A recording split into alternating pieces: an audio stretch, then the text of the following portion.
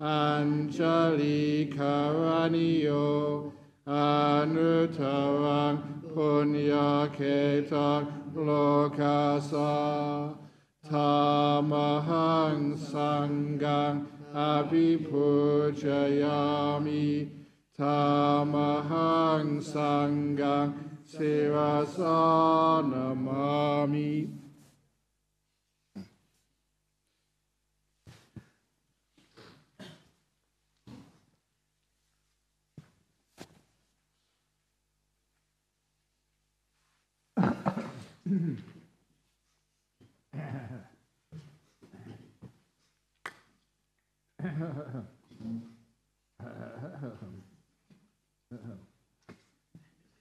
This is what should be done by one who is skilled in goodness and who knows the path of peace.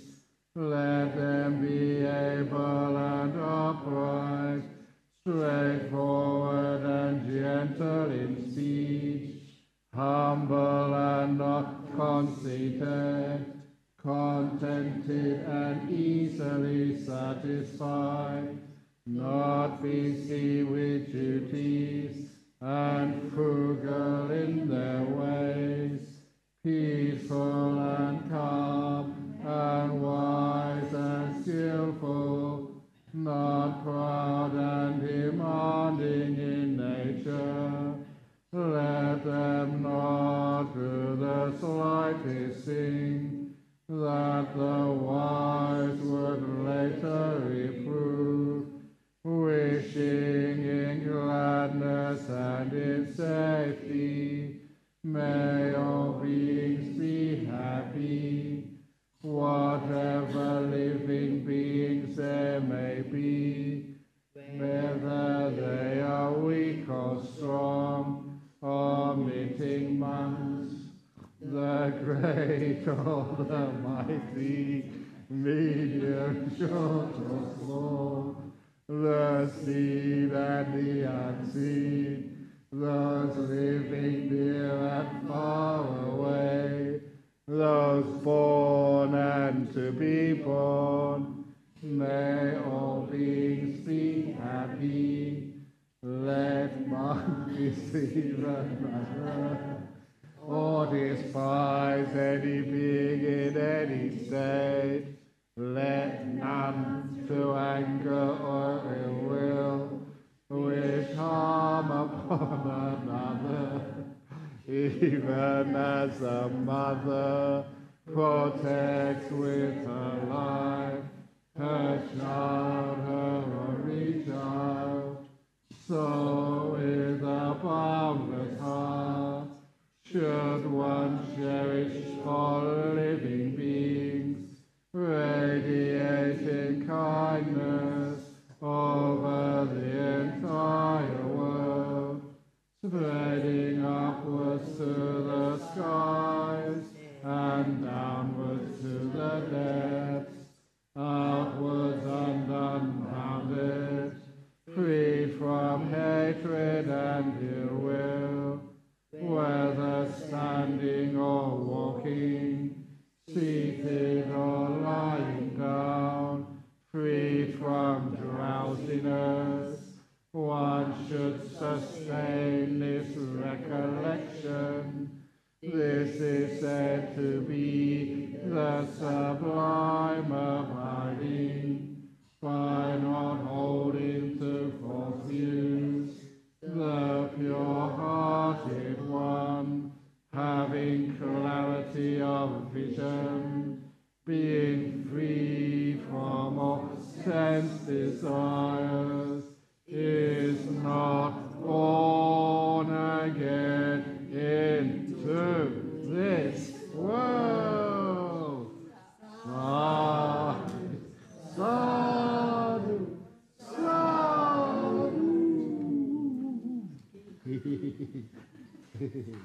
Ho, ho, ho. Okay, there's no questions today, so. Ajahn, were you laughing? Laughing? Yeah, because I managed to combine the three types of Buddhism. You know the three major types of Buddhism, Hinayana, Mahayana and Vajrayana. And I took the H from Hinayana, the Aha from Mahayana, and the Yana from Vajrayana. And what does that make? Hahayana. That's my vehicle, the Hahayana. And if you practice it well, you become a Harahat. Please excuse me. No. Very well said. Okay, here we go. The first question this evening. Dear Ajahn, and following on from the talk this morning, oh my goodness, about happiness leading to stillness. In the Uposatha Sutta to Visakha, Anguttara 3, number 70. Somebody's been looking in the books. The Buddha talks about reflections on the qualities of the Buddha, the Dhamma, and the Sangha as a way of arising happiness leading to stillness. May something be said about this teaching? Oh, yeah, because sometimes, there's inspiring things in this world. And the more one learns about the qualities of the Buddha and the life of the Buddha. I was saying this to someone just today in the interviews. Was it interviews or somewhere anyway? There was this story of one of the Buddha's disciples went over to the west of India on that sort of the Saparika, the coast there. And of course, got some disciples. And then one of the disciples, having got his basic training, he wanted to go and see the Buddha. And so, you can't take a taxi or an aircraft, or you have to walk. So it took him many days. And as he was walking towards to see the Buddha, he managed to, you stay anywhere you can. But there was one place he asked to stay. There was, it's like a smith's workshop, that's just a lean-to on the side of his house. And of course, you don't use that at night time, so he asked, is it okay if I just sleep here tonight in the straw? He said, yeah, sure, no trouble. Because a lot of times that they had these wandering ascetics would go all over the place, and in so many places you can sort of just camp out for the night. And then a short time later, another monk came, and also asked to stay the night there. And of course, the first monk said, oh, no trouble. And so they started meditating, as monks do, and nuns as well. We started meditating, and then the monk who came second said, oh, you're a pretty good meditator, and so they just carried on meditating all night. When it came in the morning, sort of the monk who came second, who was a bit older, said, yeah, you're a good meditator, who's your teacher? And he said, oh, this, I think, Mahakachana, I think it was, who was a disciple of the Buddha. I said, what are you doing? He said, oh, I'm just travelling to go and see the Buddha. I've never seen him yet. And then so he said, and who's your teacher? He said, you're a good meditator too, said this disciple from the West. And the older monk said, I don't have a teacher, because I'm the Buddha. Ah! and that was one of the stories which, when I read that, and the Buddha was not somebody who travelled in a great entourage, who travelled in great vehicles, as if, here comes the Buddha, and you must, all know that he's got some fame or something. There's times you just go walking by himself, just like an ordinary person. And to me, that gave a lot of faith and inspiration about the lifestyle of a Buddha. Simple. Even those incredibly many disciples at that time would still just walk quietly without too many people with him. And so many other nice examples of sometimes the Buddha's kindness and compassion. When anything happened, he'd always try his best to help out. And one of the most important things, this is as a personal, this one, is that sometimes you get into these deep states of meditation or other really interesting sort of states of mind, And it's so hard to find words for them. Because all our language, which has been developed in so many cultures, in so many lands, is based on the stuff outside the world. And so we have so many words, for vehicles and cars and trees and stuff. But the states of mind, we've got very little language for that.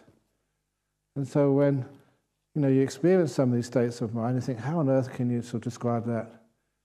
And then you start reading some of these suttas, the teachings of the Buddha, and you think, oh my goodness, that Buddha knew what he was talking about. But it's not just demeaning the Buddha, it's like just getting incredible faith and confidence. That it's not just, obviously he had those experiences, but the way he described them, and the words he managed to find, and the similes which he used, were amazing. It was another example of that.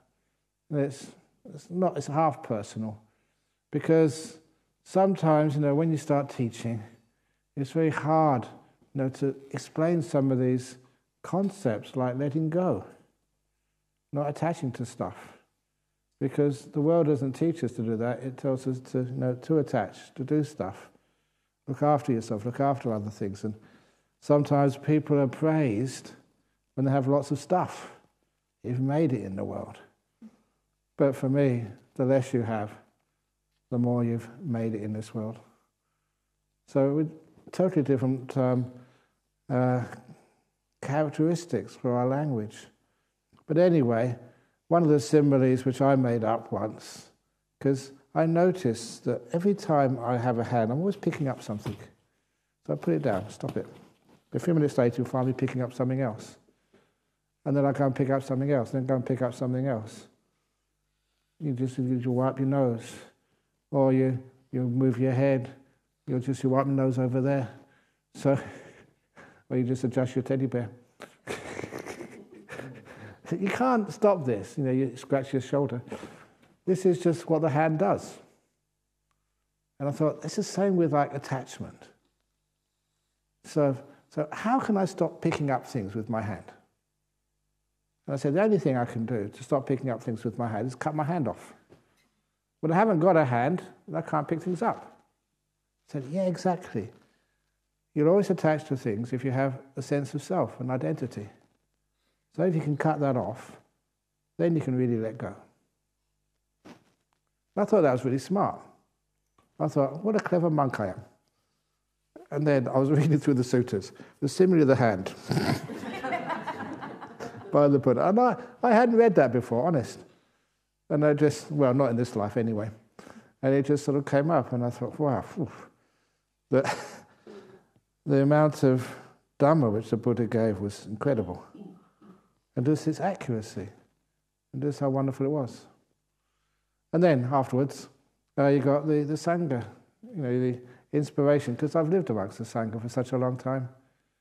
And it's a beautiful, if it's done properly, sometimes people misuse the vehicle of the Sangha and use, becoming a monk or becoming a nun just for power and prestige and an easy life.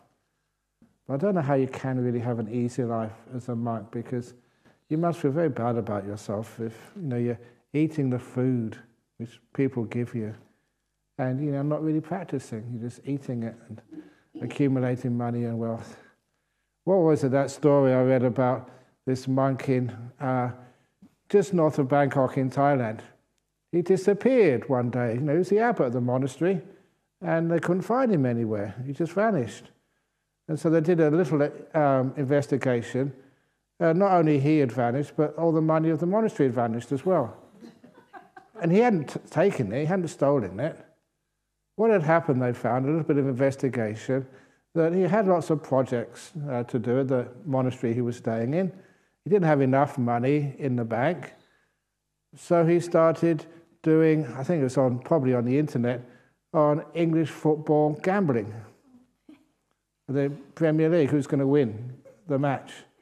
And he was hopeless, which means he lost all the monastery money. And I thought, this is stupid. How can you do something like that? You think that at least he had some some meditation so he could predict who's going to win, Manchester United or Manchester City or Liverpool or something. It was just and so he had to vanish and disappear. But that's not good monks and nuns, obviously. But there are lots of really good ones. And when you see some of those good ones, that is really inspires me to bits. To see, like, there was this one monk, he's one of my favourite monks who passed away some years ago. His name was Ajahn Tate.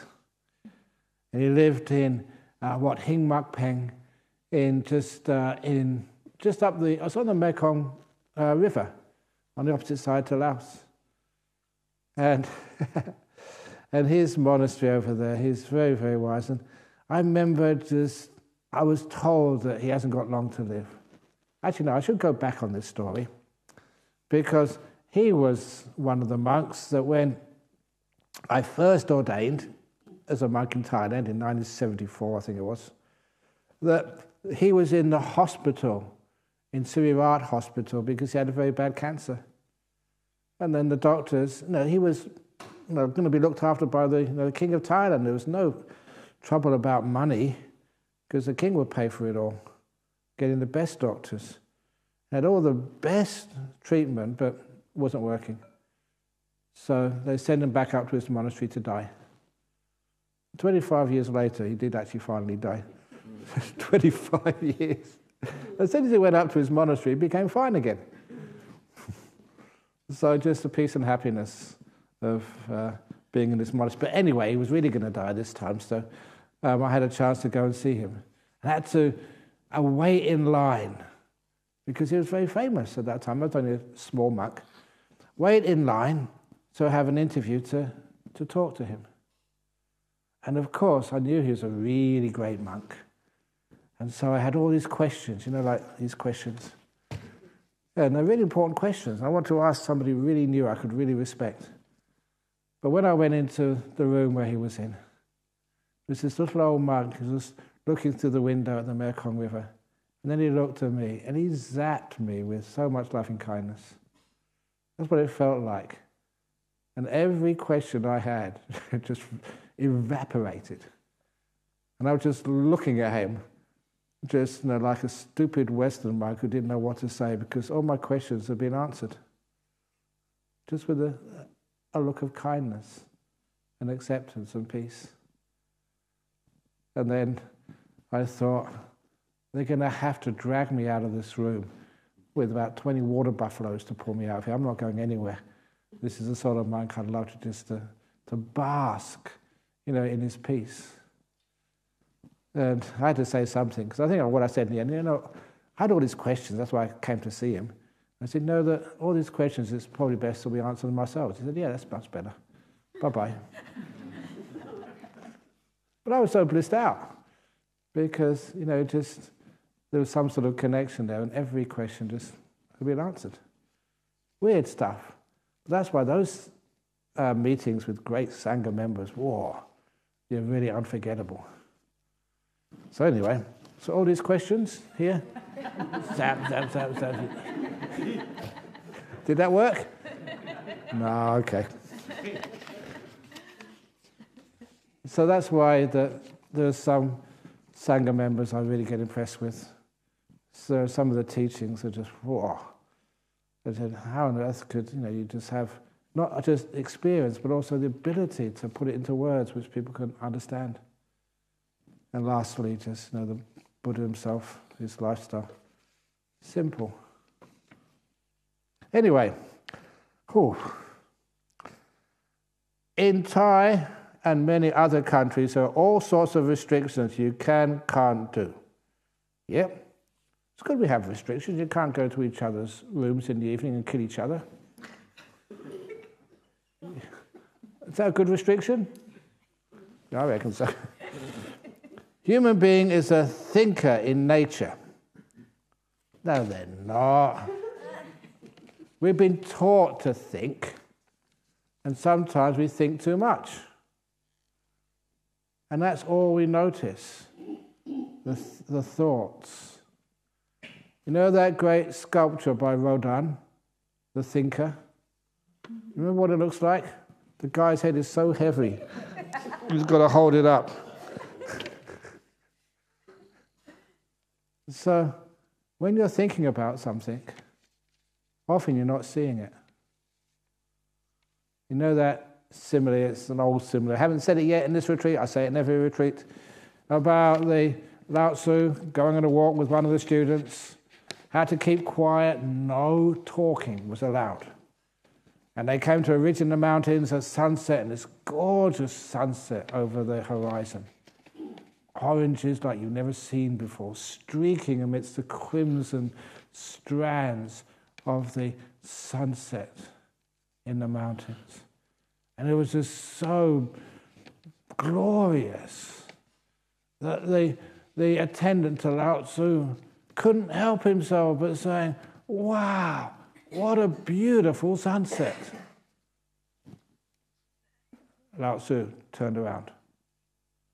If you have a vow of silence, you can't say you've broken your vow of silence, because that reminded me of that story of the 4 monks who had a vow of silence in a cave. 4 monks having a vow of silence in the cave, one sneezed. The other one said, bless you. The second one said, you've broken your vow of silence. So, ha ha ha, so have you. And the fourth one said, I'm glad I'm the only one here who can keep quiet.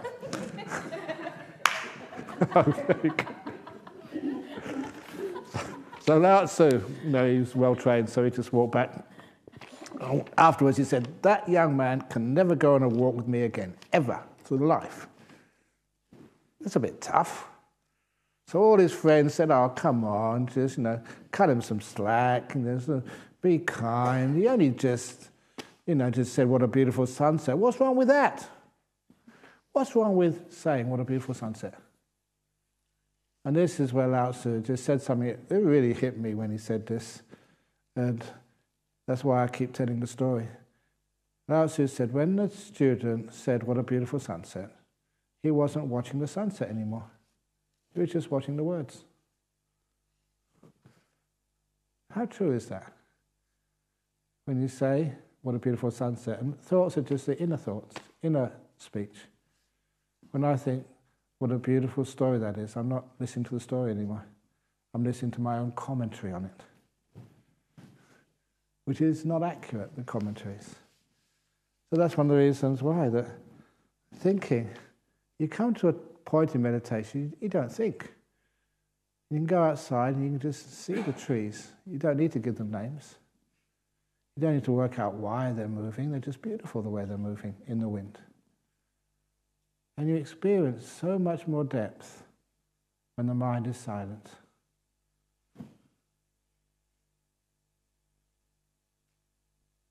How did it feel just before I started speaking again?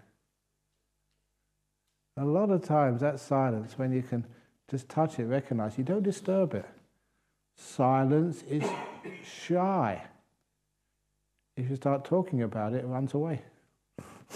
It disappears. But silence is just so beautiful. Let it teach you. So anyway, if we all add more... Hey, what's it going here? Human being is a thinker in nature. If we all add more of these things, do you think it will create more busy life? No happiness, no freedom, more busy in our head? Absolutely. So stop thinking. You don't have to not think all the time. You've got to think when, you're making me a cup of tea. But we think far too much. It's wonderful if we stop for a while. I remember giving this lecture in a conference in Singapore, and it was on dementia. There's a big problem in our world. So they had a doctor, a professor, and also the monk. That was me. And the doctor went first on dementia. I forget it was dementia, Alzheimer's. But he said that the definition, he said, of dementia is, you can't remember the past, you don't think about the future, and you're socially disengaged. I thought, oh my goodness.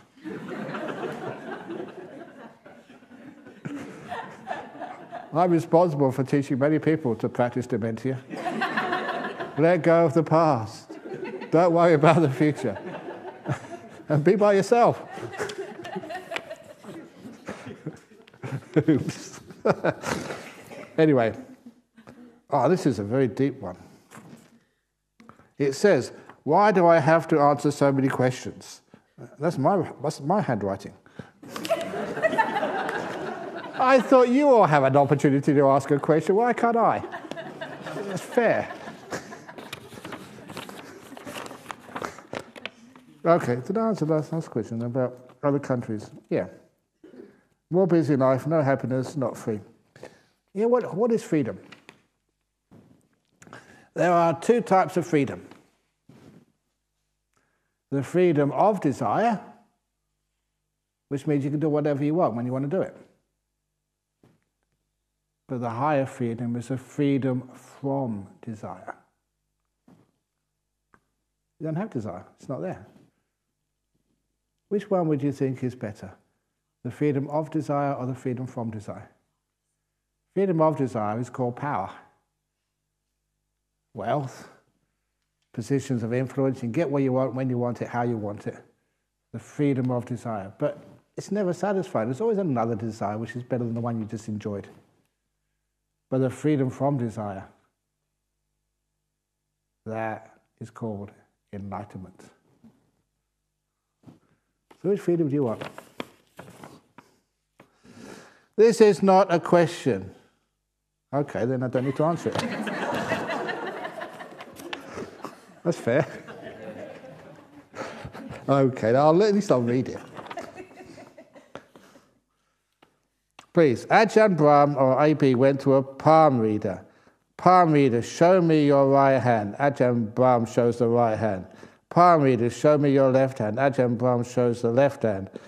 Palm reader, you have no lines on either of your palms. Ajahn Brahm, I've been washing my hands and using sanitizer too often. It's not a question, I just read it, okay? That's not my handwriting. But the palm reader story is, that was Ajahn Chah. Only once has he ever read the lines on someone's palm. And it was because one of his male disciples, just asked him, please, you're a powerful monk, I know you can do it. So read the lines on the palm of my hand and tell me my future. And Ajahn said, look, monks don't do that. It's not, we're not allowed to do that. And of course, the layman had everything prepared. He said, now, Ajahn Chah, in your last sermon, you talked about gratitude. I have been feeding you for so many years. I've been given donations to build your monastery. When you need a lift, I take a couple of hours off work and I drive you into town.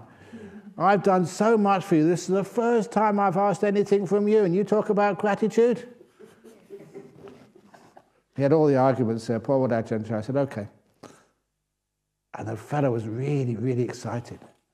The only person ever to have his palm read by Ajahn Chah. And Ajahn Chah was very mindful, just like the zombie walking meditation, the zombie palm reader, really slow. And he traced the lines in his hands. And every now and again, as he was tracing them with a real full concentration, he would stop. He'd go, uh-oh. And then he'd go, oh, that's not bad. And he'd go further. And this poor time man was being wound up something terrible. He wouldn't say why, he said, oh, that's good. He would just try to sort of get him really sort of psyched up and tense and whatever. And when he finished, the man couldn't wait. Yeah, well, what's my future? What's going to happen to me? And Ajahn Chah was very slow. As good monks are, nice and calm. Your future, sir. Yes, what's it going to be? And I will not make a mistake. Yes, I know you don't make a mistake. I've got a lot of faith in you. What's it going to be? This is your future. Yes. Your future, sir, is uncertain. And Ajahn Chah was not wrong. So if anyone asks me what their future is going to be, uncertain. And then you're never wrong. Anyway, that was Ajahn Chah's thing. That's the only time he ever read somebody's palm. When it got around what the answer is, there's whatever your palm looks like, he's going to say it's uncertain. When is the best time to visit the monastery to meditate? And do you really sleep in a cave? I'm going to change the question a little bit. When's the best time to meditate? And when's the worst time to meditate?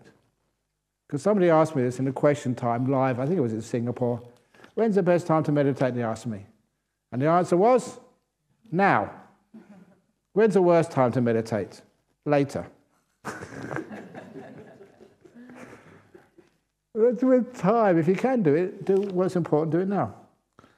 When is the best time to visit a monastery to meditate? Oh, morning, afternoon. It's locked now. And if you start wandering in the monastery at night time, we had some burglars during our rains retreat. They were, apparently there were two of them. They had a nickname. They're from Serpentine. We know who they were. And they were called Itchy and Scratchy. That was their nickname in Serpentine because I think they were meth addicts, drug addicts. And apparently when you take lots of methamphetamines, you get very itchy. So they're itchy and scratchy. So if you go there at night time, middle of the night, they may think you're itchy and scratchy and call the police. So at least when it's light, and then in the morning, afternoon, then you can go sit in the hall there and have a wonderful meditation. And do you really sleep in a cave? No, I don't, not tonight. I sleep in the teacher's cottage, number 1. But when I'm in monastery, yes, I do. I sleep and meditate in that cave. And I'm sure it's possible because I'm over here.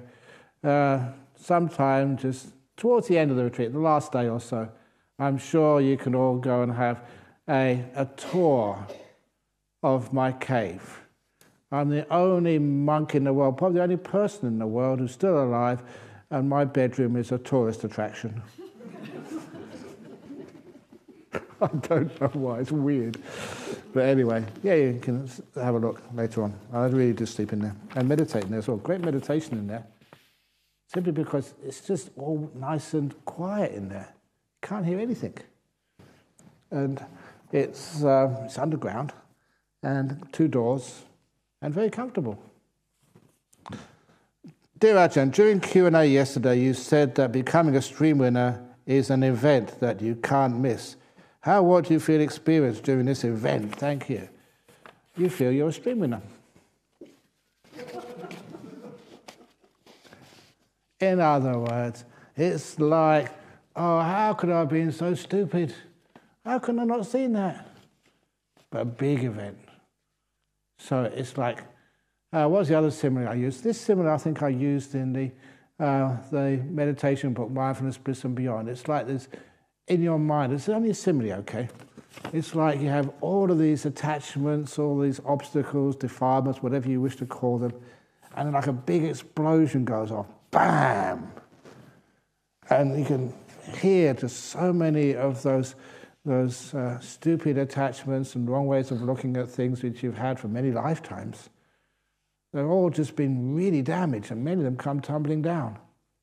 But there's so much smoke and sort of dust from the rubble. You have to wait a while to see, once everything settles down, what's left.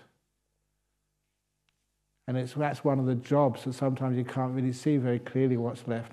So the teacher comes along and tries to teach you what's left. Okay, I've got time for this story. I usually tell at retreats, the range retreat, it's my 4th range retreat, and didn't have many duties at all, and was really meditating, really getting into it. And some good meditation there. Then one evening, I became enlightened on my 4th range retreat. You've heard it before, haven't you? I think it's in one of the books. It's a nice story. And it was wonderful. As you're meditating all night, came to 1, 2 o'clock in the morning, and just amazing, just no tiredness at all, just really good meditation, good sort of energy. hindrances were just vanishing. And all these incredible insights came up, really strong insights. And then the big one came. Wow. It was amazing. Wow. That was it. There was another enlightened being in Thailand. So I thought. And so, okay, it didn't last that long, but it was good while it lasted. So I was meditating there, and now usually the bell went at 3 o'clock in the morning over in Thailand. So I thought I'd better go and lay down about 2:30. But you lay down, you've got no tiredness at all. So you just lay down and got straight up again. I thought I might as well go and sit meditation in the hall. So I was there, before the bell was rung. And so usually, this was in northeast Thailand. It was really hot, mosquitoes, humid, and most of the monks, even the Thai ones, had their head down here somewhere. But me, my posture was perfect, effortless, no sloth and torpor at all, even I hadn't slept all night. And when it came to the chanting, sometimes when you did the chanting, it was just so out of key. But that morning I had so much energy. Yo so Bhagawa. You couldn't help yourself. You had just really, you're like a super monk. And then the arms round. So after the morning chanting and just then we cleaning up, then did the arms round. I was walking through the village. And every lay person who put a little bit of rice in my bowl, I zapped them with my loving kindness. Really full power. Zap, zap. And I realized how lucky they were to be zapped by a new enlightened monk. And then when we got back to the monastery, it was strange. Because this was a poor monastery. This was like backwards of Thailand. It was between Roy Et and Selapum. And, Selapum and Pontong. It's backwards. And anyway, usually we'd always have the same food every day. Just you had the rice and a pot of rotten fish curry, pradek curry. And, it's really gross food. The rotten fish will be stewed unhygienically from the last rains retreat. And they put in there and just maybe some bamboo shoots. And that was it. That was your lunch. Not lunch, it was breakfast, lunch and dinner. It's one meal a day. And hardly anything else. But this morning, I couldn't believe it. There was 2 pots of curry. One had come from town. It was like a pork curry. I was a vegetarian before I became a monk. But when those days, you couldn't eat vegetarian. There was no vegetarian food. There was nothing. It was very poor subsistence farming. So anyway, pork curry, that was actually edible. I thought, wow, there's angels, heavenly beings. I'd realized there was another arahat in this world and wanted to celebrate. And they made this other pot of curry for me. And I thought, thank you guys. And I was number 2 monk. So I was just waiting there for the 2 pots to be passed down. And the abbot, he was a local boy. He was actually from that village where I was. And so he looked at the rotten fish curry. And he looked at the pork curry. And had these ladles. I mean, they weren't like ladles. They're more like the buckets in excavators. Huge. And he put a huge 2 or 3 ladles of this pork curry in his own bowl. No way in the world could he eat that much. But I thought, okay, there's plenty left for me. And then what he did next was unbelievable. Having taken his own from the best curry, he took the pot of pork curry and he poured it in to the rotten fish curry. And he took the spoon and he stirred it all up, saying, it's all the same. It's all the same. They're bloody hypocrite. If it was all the same, why did you take yours first? I was really upset, really angry. And then I realised, oh my goodness, enlightened beings don't get angry.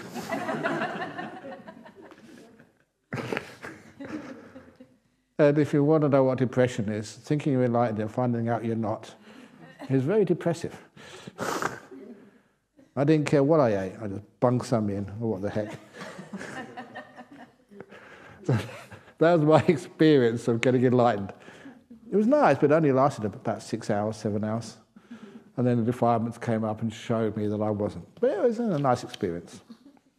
So anyway, what did I get into that for? I don't know, it's a nice story anyway. So, yeah, this is sometimes, you've got to be careful, which is one of the reasons why when you know enlightened beings don't get angry, you know that they don't have any lust or great desires, then you know that you don't have any fear. Fear is an easy one to find out about. When you don't know they don't have those things, then if you have some of those things, you've still got some work to do. So I had a lot more work to do. But it was a really nice story. Dear Ajahn, I'm so happy, lucky to be here. Yes, so you are. And extremely appreciative of it. Yes. Thank you so much to Ajahn, and thanks to all people organising, to those who make the food for us every day, wishing all beings well with metta. Oh, yeah, that's a nice question. But it's very nice to have gratitude. It lifts you up, and it's nice actually for me to read this out and to lift everybody up. And just, if I give good teachings, don't praise me, praise us. I cannot give good teachings in a poor audience. Just can't do it. I tried a few times. Okay, I'm not going to forget about the audience. I'm just going to give a really nice big teaching. But you can't do it. Because when you're teaching, I'm connecting with each one of you. And, at times if I'm tired, I don't connect so well. It's not such a good talk. But I don't know what I'm going to say next. But when you connect and you help me, then it's a good talk. So thank you. If it was a bad talk, it's your fault. Dear sir, after a sit this afternoon during tea time, I noticed the gravel was really amazing to look at. It absolutely fascinated me. Strange, huh? No, that's actually exactly what happens. You see so much more when you're still. You see the wood of the bamboo floor? Sometimes you can look at that for hours. You never exhaust it. There's always more things to see. It's gorgeous. It's beautiful. It's weird. Okay, I'm in the mood. I like telling this story all the time. Not all the time, I mean just once during the retreat. For those of you who know where the toilets are, just opposite the laundry, the male toilet there, the middle room, we should put a plaque on there one day, because this story is quite well known amongst the monks. So after a very good meditation during a retreat, I went there, had to go to the toilet to do a number 2. You all understand what number 2 is, don't you? Yeah, okay. And I made a mistake.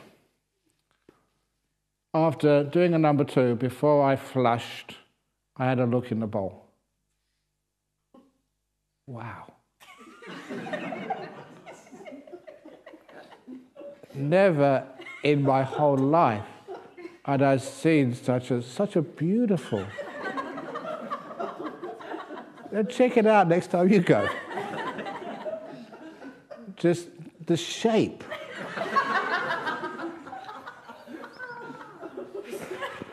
All these little balls that put together, it's like a sculpture by Michelangelo or something. I better cut it short, otherwise you're going to die of laughter. And it was really gorgeous. Congratulations, Thank you. And there was a tiny bit of, something that made it sparkle in the water. And then the colour of it. Okay, it's never just a uniform brown. It's got all different shades of brown. And just the way that the colours interacted with the shape. And the whole thing was just a masterpiece of art. And then after just exploring just the beauty of this, this creation, or what came out my backside, then the aroma. Now look, I know that many people have all these deodorants, scents, and perfumes, but they're just so fake. People put them together to try and excite people. This is real. It talks of like the earth, the depth of things. And I was just smelling this and wow, this is really rich.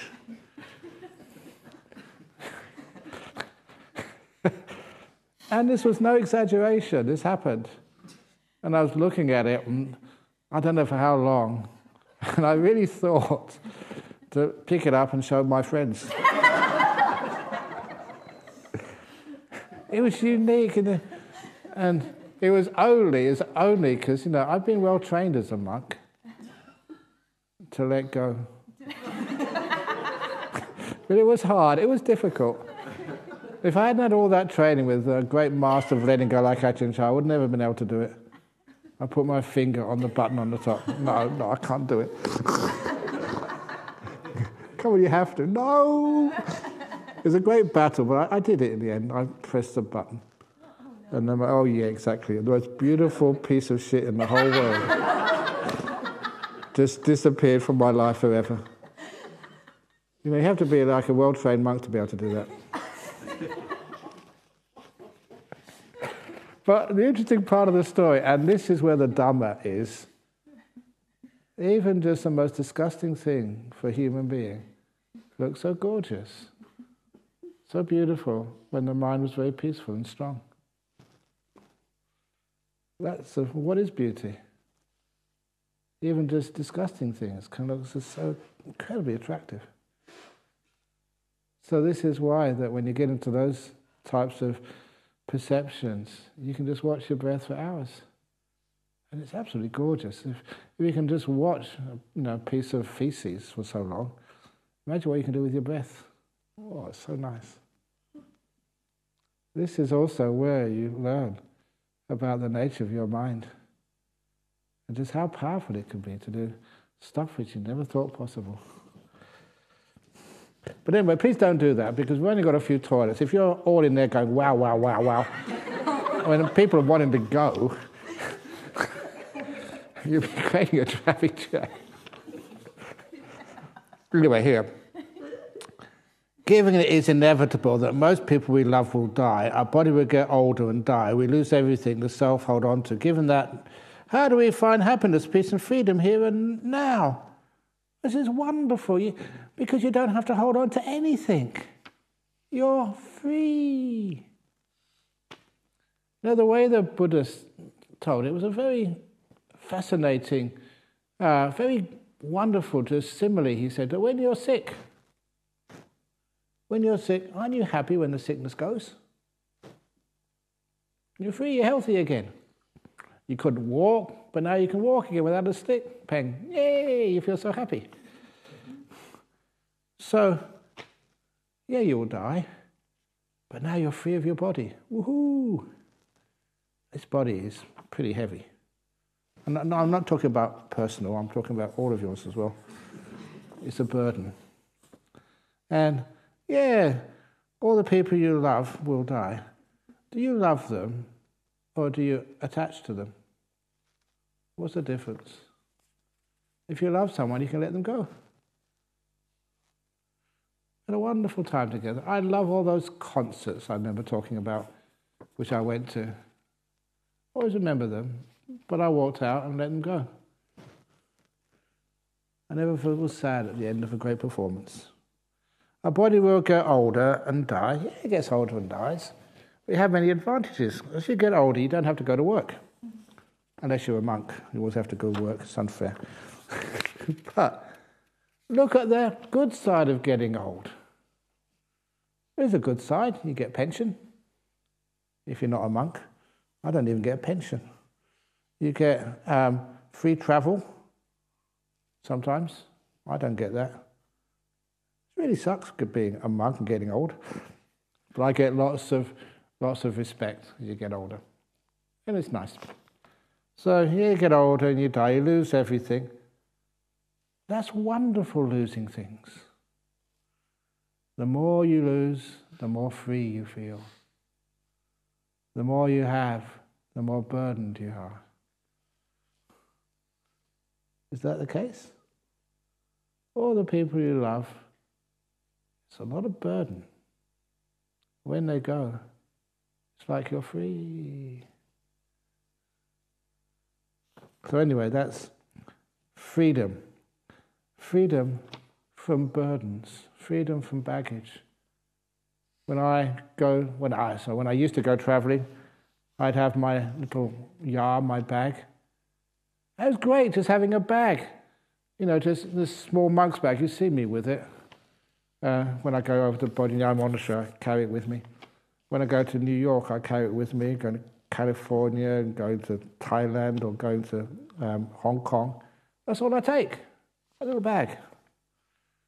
And people ask, well, sir, you've forgotten your suitcases. I don't have suitcases. I'm a monk. You know that when I say that at customs places all over the world, they say, where's your baggage? I say, this is it. I said, well, why are you carrying so little? I said, because I'm a monk. Sometimes they're not all Buddhists, and hardly any of them are Buddhists, but they say, sadhu, well done. And they just get me straight through. It's so lovely just carrying a few little stuff. Of course, I got an advantage. I don't need to change clothes so much. These are the clothes we always use. This outer robe, it's also my bed sheet. And it's also, when you're in an aircraft, it's also my parachute, because it's very wide. I can just...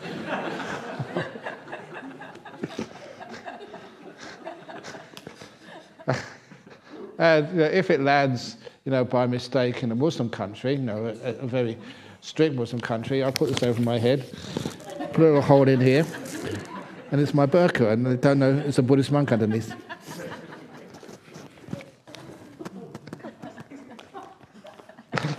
I haven't tried that yet, but you never know.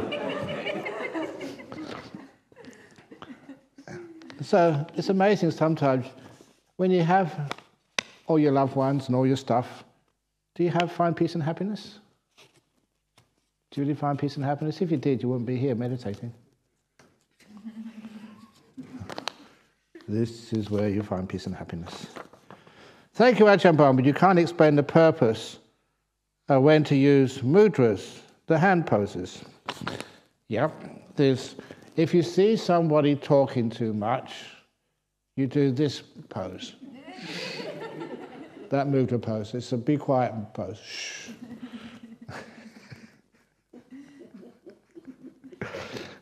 When you want someone to come, you need people to go, get out.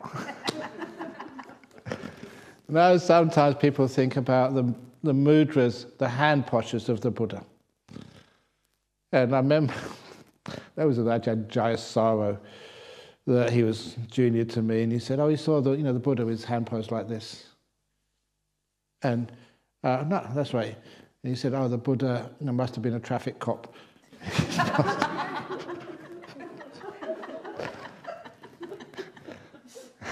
And he saw the monks, and he said, must have been in the wall of a football team before a free kick. So we add on to these mudras afterwards. Some of them have a significance, but you don't have to follow that. You put your hands, when you're meditating, where they feel comfortable. That's all. And sometimes... I haven't introduced this word yet. It's the word gomayang. Those of you who've been on my retreats before, I use that word gomayang. It's a Pali word, very often. Go means bull, the male cow bull. Mayang is what comes out of the backside of the bull. You know what that word means? Yes, right. I didn't say it, you did. So it's a word to say this is like rubbish. When people think you have to have your hands in one particular spot, otherwise you can't meditate. That story I said, I think this morning, that when I had scrub typhus, I got into one of the deepest of meditations, which really amazed me that you could do that when you had a fever and had no energy at all, really sick. One thing I noticed is when I came out of that deep meditation, I was really blissed out, I just noticed my posture. I've never seen that posture in any book on meditation. Legs all over the place, as you are when you've got a fever in the hospital, and just arms all over the place. But I managed to get deep meditation that way. And that sort of made a point to me that you don't have to sit full lotus with a straight back with your right hand over the left hand and thumb slightly touching. Some of those are very good postures, but you can get into the deepest of meditation, getting enlightened in all sorts of postures. Like I said, Ananda, just go to bed, got enlightened. So this is one of the reasons why the most important part of your body posture is comfort. You feel this is not just comfort, you're laying down, falling asleep, but this is a position you can maintain for long enough to get a good meditation. Ajahn Brahm, any thoughts on the burden technology has placed on our attention? Our devices are so appealing and all-consuming. How do we manage present moment awareness when we have the world in our pocket? You don't have the world in your pocket, you have suffering in your pocket. When the sun hits your head, it's blinding. The sun is, I don't know how many millions of miles away. It's too far away to hit your head. Okay, I thought you might laugh at that one. So when the sun hits your head, it's blinding. Anyway, the rays of the sun, maybe. The human technology, you have a choice. Are you owned by technology, or do you make use of it? Have you got an iPhone or a laptop or something? Do you own it? Or does it own you? So sometimes it owns us, which is one of the reasons why it's great to go on a retreat. This place used to be so good. It was actually in a black spot for internet connection. When we first came here, you couldn't get internet connection here at all. We had to be able to get it so we can use the place for the caretakers, we had to have a satellite. That's the only way we could connect. Satellites. But I've already seen you just going around checking your emails because they've increased the power of the mobile phone towers now. It used to be wonderful before. You couldn't get any internet. But then people soon found out because we started seeing people just walking around checking where they get enough connection. You know what the connection is called? They ask, this should actually really alert you. What are those little telephones called? They're called cell phones. Prison. And in fact, you see how much connection you got by how many bars on your cell phone. Isn't that giving you some idea what's going on? Being put in prison. So yeah, technology, you have a choice, so exercise that choice. And you know you're not that important. Please excuse me, but none of you are presidents or premiers or CEOs of big companies. So do you really need to check your emails? Do you? And if you check the news, this was great when it was in Thailand. There's no sort of newspapers or radios or anything. I remember the time in Thailand, I didn't even know what year it was. Really. It was only when I came back to Australia, and I told you that story, when somebody had an epileptic fit in our centre in Magnolia Street, had to call the ambulance, and they asked what day of the week it was, and he didn't know, and they put him in the ambulance straight away. And I thought that was they always ask you that. If you don't know the day of the week, they think you're crazy. So I started learning the days of the week. Didn't know them before. I've forgotten about them. In Thailand, you don't need to know the days of the week. So, but anyway, what was I saying? Oh yeah, technology. If you look at the newspapers, I may be in Thailand in the northeast when I was there 45 years ago. Sometimes you'd only see not a newspaper, a Time magazine, maybe once a year. And that was really amazing. When you only see it once a year, the news doesn't change. Just the place where it happens change. It's not a war in the Middle East, it's a war in Iran or something. And the election is not in England, it's in Canada or something. And the scandals, they're all the same scandals. If you look at the news, the stories are exactly the same, just the names change, that's all. And that sort of kind of hit me very, very clearly. There's only a certain number of stories in the world.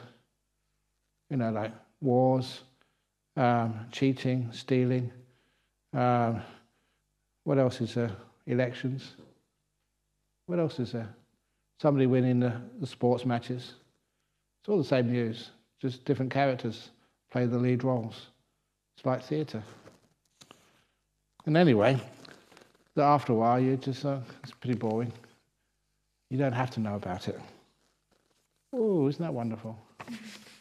So, especially when you're here, if you want to find the best way to use your iPhones, there's a lake down there, just throw them in there.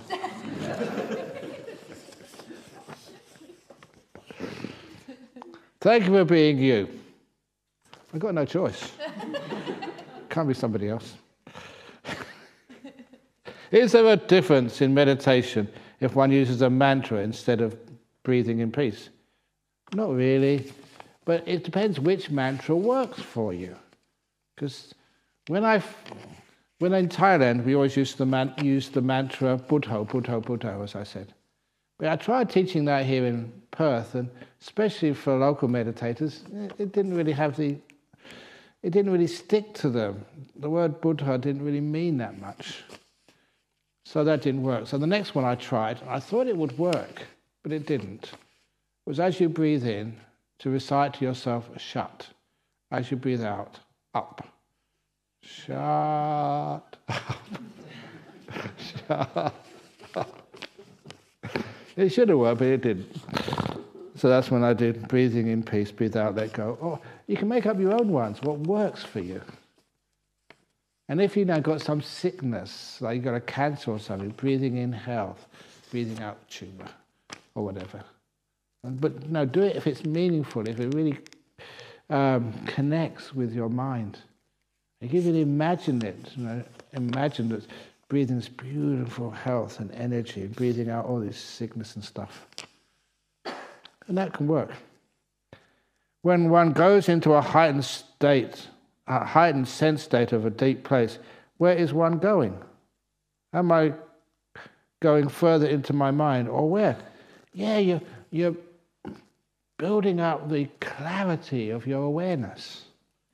And of course, when your awareness gets more and more clear, you can have much more fun in life, and there's nothing wrong with having joy. You see so much more of the forest, sunsets are amazing, and even your food tastes more delicious. Is that good? Why not? You have to eat, so it's more delicious, which means that you secrete more bile, more saliva and everything else, so you digest much better when you enjoy your food. And not only that, you just start learning you can just see so much more in your breath. So where you're going into simplicity. You don't need complex things to satisfy your mind. Simple things are more than enough. In this retreat center, we don't have TVs, we don't have music, we don't have dinner in the evening. It's a very simple place. Why? It's because you don't need all that stuff to have a happy 9 days, a peaceful 9 days. And how little you need to have happiness and health and well-being. It's a great teaching.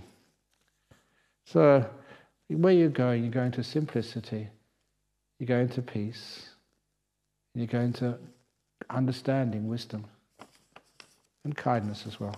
Many, many things come. Mr. Brahm, I saw you levitating around Jhana Grove when you thought no one was looking. Please pay me 10,000 or I shall reveal your secret to the world.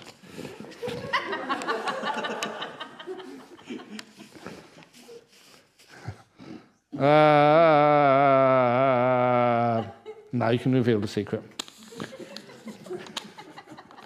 Thank you for funny talks.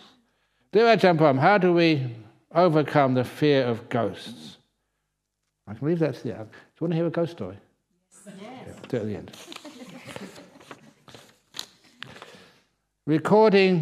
According to the Vinaya rules, how long has the Sangha got to be in training before they qualify to give talks to small gatherings? Is it different for the monks and the nuns? We would love our nuns to be giving talks and hear them. So would I. You know, there's no real rules there, especially giving talks to the lay community. And some of those young monks, young nuns, even little novices, they could be so incredibly wise, becoming enlightened when they were just tiny. So why not? But if they want to give a talk, you say no. Because sometimes, why do you want to give a talk just to be up front there and just out of pride? But every now and again you ask people to give talks. And then if you ask them to give talks, you give a talk, you'll be amazed at how wonderful those talks are. Literally, you're far wiser and able than people give themselves credit for. And that's one of the things which happened, obviously, at the beginning of the COVID time, when we got the young monks to come and sit here and give talks, an empty hall, we put them online. And people were just stunned that even these young monks who've never hardly seen before opened their mouths, how good their talks were. And it was great for them and great for everybody else. So I'd love that to happen more. So there's no real rules there. Can you give us some instructions on how to let go of the body? No, I shouldn't do that, otherwise I'd be in trouble. I can't describe how to do suicide. Let go of the body. That's not letting go of the body, by the way. It's just you're still holding on to it. How to let go of the body is relax it first of all. Sweep through the body, sweeping meditation. And as you do the sweeping meditation through the body, you just send your attention all the way up. And then you just relax as you go. And as you're relaxing as you go, your body relaxes and it feels at ease. When there's no tightness and tension in the body anywhere, it's so easy to let the body go. And it just disappears for a while, so you can get into deep meditation. It's so delightful to have a relaxed body. No tightness in it at all. If you find any tightness in it, or I can see some tightness in my bladder, I need to go to the toilet. But that's okay for the time being. I'm not going to let that go yet.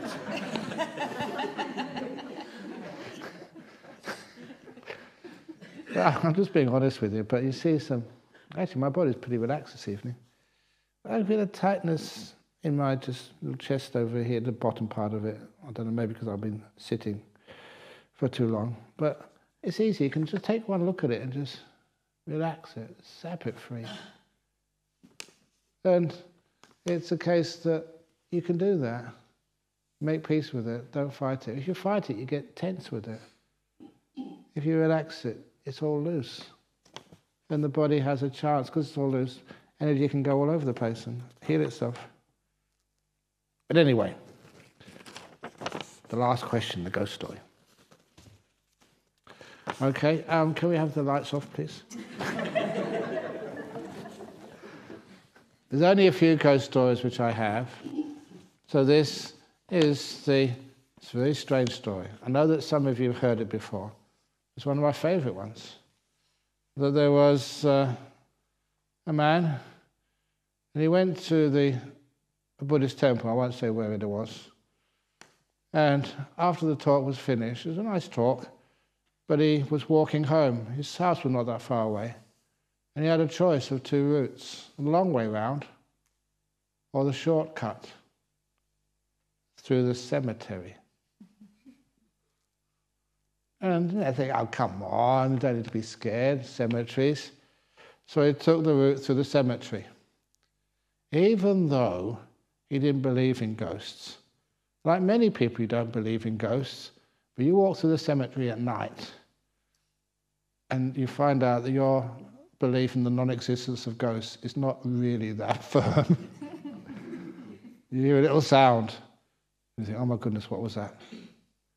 But anyway, he walked through, halfway through the cemetery, nothing happening, it was nice quiet, a few hours or something, nothing else. But then as he just got past the halfway mark, he could swear that he heard something following him. He thought, just imagination, because you know what happens, the mind plays tricks on you. But as he got to about the 3/4 mark through the cemetery, he was listening really carefully. And he could sort of hear this thing like bumping behind him. And automatically, just fear is something which is very hard to control. He started walking faster. And as he was walking faster, he could hear this thing behind him. Bump, bump, bump. Going faster as well. As he got to the gate of the cemetery, he made a big mistake. He looked around to see what it was following him. And he couldn't believe what he saw. What he saw following him was a vertical coffin. A coffin.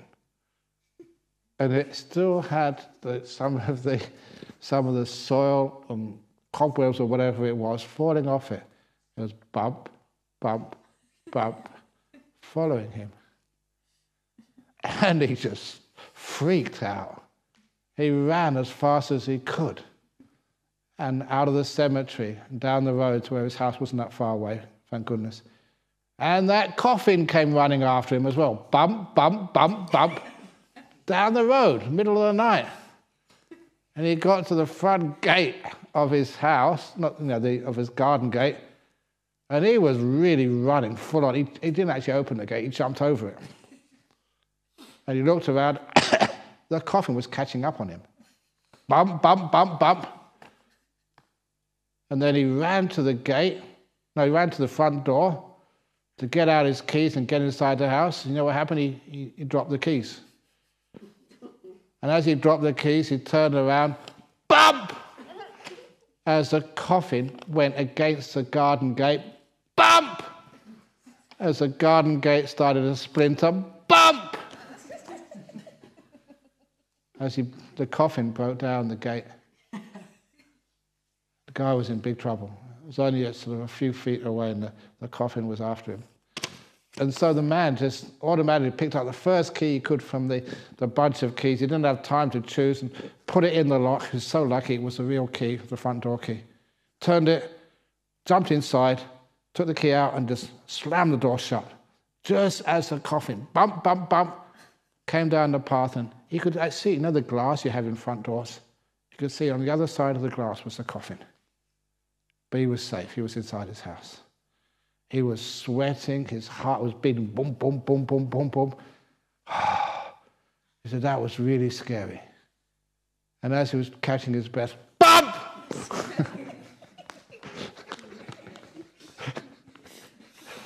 As the coffin started to attack the front door of his house, bump! Harder and harder, bump! And the hinges started to give way, bump! As the wood started to splinter, bump! He realized it was only a matter of time. That coffin was determined and was going to break through soon. Imagine being chased by a coffin, and the coffin's got such power, as these supernatural things do have. So he ran up the stairs. And just as he got to the top of the stairs, bump! The coffin broke through the door. And the coffin was at the bottom, just broke through the door. The coffin turned to the left, turned to the right, and then looked up and saw him. He was in big trouble now, because the coffin started to bump, bump, bump, up the stairs. So automatically, he went into the toilet, the only room with a lock in the WC, and in the bathroom. He locked the door, but he realised that if that coffin could break through the garden gate and the front door, the toilet door's not going to last. He was hoping and praying for some sort of miracle. Bam! Bam! Bam! And the coffin broke through the other door of the bathroom. There's another place to run, another place to go. So almost instinctively, he picked up a bottle of stuff on the bathroom shelf, and he threw it at the coffin, the bottle of medicine. And the bottle of medicine just smashed, the glass smashed on the coffin, and the coffin stopped. Never moved again. It's just as the pharmacist promised, this cough medicine makes the coffin stop.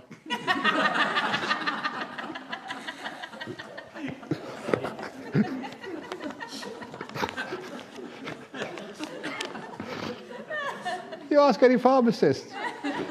Good medicine makes the coffin stop. Okay, enough. Sadhu, sadhu, sadhu. Okay. Hope you enjoyed that one. Very good.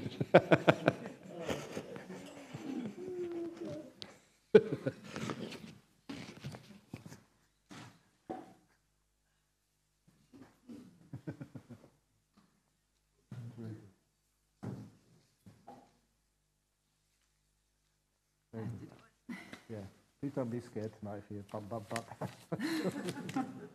I knew there was a punchline, I just couldn't remember what it was. Yeah, it's a good punchline. It's a very stupid joke. It's a good fun. Welcome. Very good. Sorry, I was late. A bit late than never. Yeah, that's what I reckon. Yeah, excellent. Great.